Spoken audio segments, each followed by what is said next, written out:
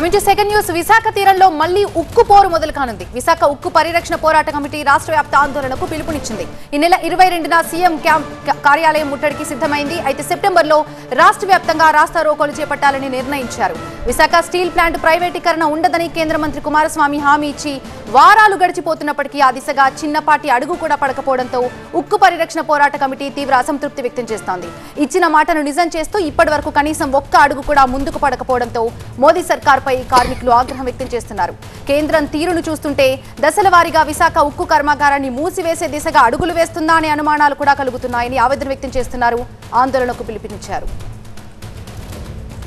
Gajuwaka MLA ఈరోజు రాష్ట్ర అధ్యక్షులు పల్లా శ్రీనివాసరావు గారు ఆయన సాయశక్తిలా కృషి చేస్తాను, నేను నాకు అంటూ ఒక పని ఏదైనా ఉంటే గత 5 సంవత్సరాలు దీనివల్ల ఈరోజు చాలా ఇబ్బందులు ఉన్నాం.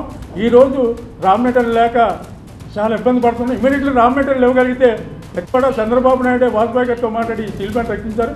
ఈరోజు కూడా గెలిచిన తర్వాత 4 రోజుల్లో స్టీల్ మంత్రి ఇక్కడికి వచ్చి ఖచ్చితంగా చెక్ చేసి ఎంత సిద్ధంగా ఉన్నారు, ఖచ్చితంగా ఈ స్టీల్ ప్లాంట్ కాపాడతారని చెప్పి ఆయన ఎప్పుడు గంటపదంగా చెప్తున్నారు. ఈ రోజు ఖచ్చితంగా ఇమీడియట్లీ రా మెటీరియల్ అందించవలసిందిగా ఈ రాష్ట్ర ముఖ్యమంత్రికి అలాగే గాజువాక ఎమ్మెల్యే పల్లా శ్రీనివాసరావు మనందరం ఈ కూటమి ఏదైతే ఉందో కోరుకుంటున్నాం. పూర్తి సమాచారం మా ప్రతినిధి ఖాజా అందిస్తారు. ఖాజా, ఉక్కు పోరు అంతా సద్దుమణిగింది. ఇక ఓకే, కేంద్ర మంత్రి కుమారస్వామి చేసిన వ్యాఖ్యల తర్వాత అంతా సద్దుమణిగింది అనుకుంటే ఇప్పుడు మళ్ళీ పోరు మొదటికి వచ్చినట్టు తెలుస్తుంది. దీనికి సంబంధించి పూర్తి సమాచారం ఏంటి ఖాజా? ఖచ్చితంగా 2021 ఫిబ్రవరిలో 100% స్టీల్ ప్లాంట్ నుంచి పెట్టుబడులు ఉపసంహరణ అని కేంద్రం ప్రకటించిన తర్వాత ఆ క్షణం నుంచి స్టీల్ ప్లాంట్ ఉద్యోగులు కార్మికుల సంఘాలన్నీ రోడ్లపైకి వచ్చి అప్పటి నుంచి ఉద్యమం కొనసాగుతుంది. దాదాపుగా ఈ రోజుకి 1280 రోజులుగా ఈ ఉద్యమం అనేది కొనసాగుతుంది.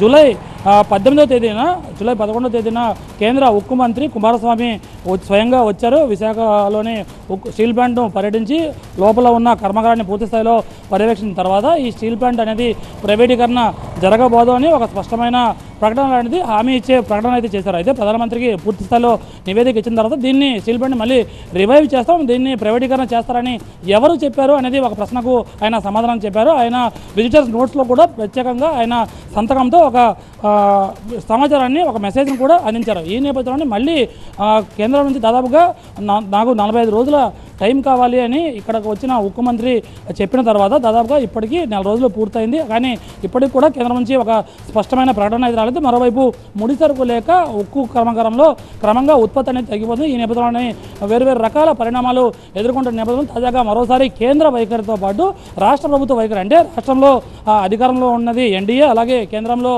కూడా ఎన్డీఏ అధికారంలో ఉంది.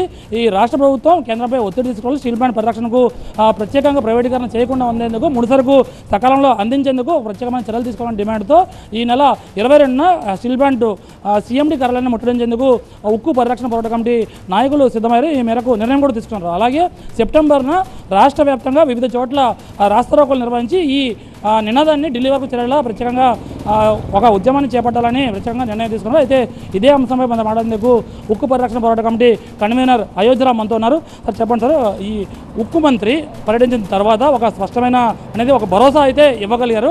ఆ తర్వాత కూడా మీకు ఎందుకు మళ్ళీ ముందుకెళ్తారు, మళ్ళీ మొదలుకు వచ్చింది ఎందుకు పరిస్థితి? ఎంతోమంది మహానుభావుల త్యాగాలతో, 32 మంది ప్రాణత్యాగాలతో 16,500 మంది భూ నిర్వాసితులు ఇచ్చినటువంటి కర్మాగారం విశాఖ ఉక్కు గత 50 సంవత్సరాలుగా తనకంటూ ఒక బ్రాండ్ను సృష్టించుకొని ప్రజలకు సర్వీస్ చేస్తూ యువతకు ఉపాధి కల్పిస్తూ ముందుకు పోతున్న కర్మాగారాన్ని ఈ గడిచిన కొద్ది కాలంలోనే 54,380 కోట్ల రూపాయల పన్నులు కట్టిన విశాఖ ఉక్కు కర్మాగారాన్ని మేము అమ్మేస్తామని చెప్పేసి ఒక పక్క చెబుతూ లేదా మూసేస్తామని చెప్పినట్టు గత ఎన్డీఏ 2 ప్రభుత్వాలు మారిన తర్వాత, రాజకీయాలు మారిన తర్వాత దీన్ని కాపాడుతామని చెప్పేసి కుమారస్వామి గారు ప్రకటించి వెళ్ళి 4 రోజులు అయినప్పటికీ ఈరోజు రా మెటీరియల్ లేక స్టీల్ ప్లాంట్ నడిపే పరిస్థితి లేక మూసుకునే దిశగా తీసుకొస్తూ ఉన్నారు. మ్యాన్ పవర్ తగ్గిస్తూ ఉంటా ఉన్నారు, సౌకర్యాలు తగ్గిస్తూ ఉంటా ఉన్నారు, మిషన్లన్నీ ఖాళీగా పెట్టారు, మ్యాన్ పవర్ని ఖాళీగా పెట్టారు. రా మెటీరియల్ అనేది ఎక్కడ ఇతర దేశాలను తేవక్కర్లేదు. మన పక్కన ఉన్న బయలుదేరిలో ఐరన్ ఓర్ ఉంది, సింగరేణి కాలేజీలో కోల్ ఉంది, రైల్వే రేక్స్ కూడా ఇవ్వడం లేదు, కనీసం బ్యాంకుల నుంచి వర్కింగ్ క్యాపిటల్ కూడా ఇవ్వకుండా అడ్డుకున్న ఈ ప్రభుత్వాలు ఏ విధంగా ఏం చేయబోతున్నారు సార్? దీనికోసం ఖచ్చితంగా పోరాట కమిటీ సమావేశం జరిపాం. 19, 20 తారీఖుల్లో ప్రచారం చేస్తాం విశాఖపట్నం మొత్తం. 22వ తారీఖు సీఎండీ గారి బిల్డింగ్ని ముట్టడి చేద్దామని చెప్పేసి ముట్టడి చేసిన తర్వాత రాష్ట్ర ప్రజలకి ఇప్పటివరకు మాకు సహకరించిన ప్రజలకు ధన్యవాదాలు చెప్తాం. తద్వారా సెప్టెంబర్లో ప్రతి మండల హెడ్ క్వార్టర్లో రాష్ట్ర వ్యాప్తంగా రాస్తారోకలు అన్ని రాజకీయ పార్టీలు, అన్ని ట్రేడ్ యూనియన్లు, ప్రజా సంఘాలు కలుపుని రాస్తారోకలు చేయబోతా ఉన్నాం.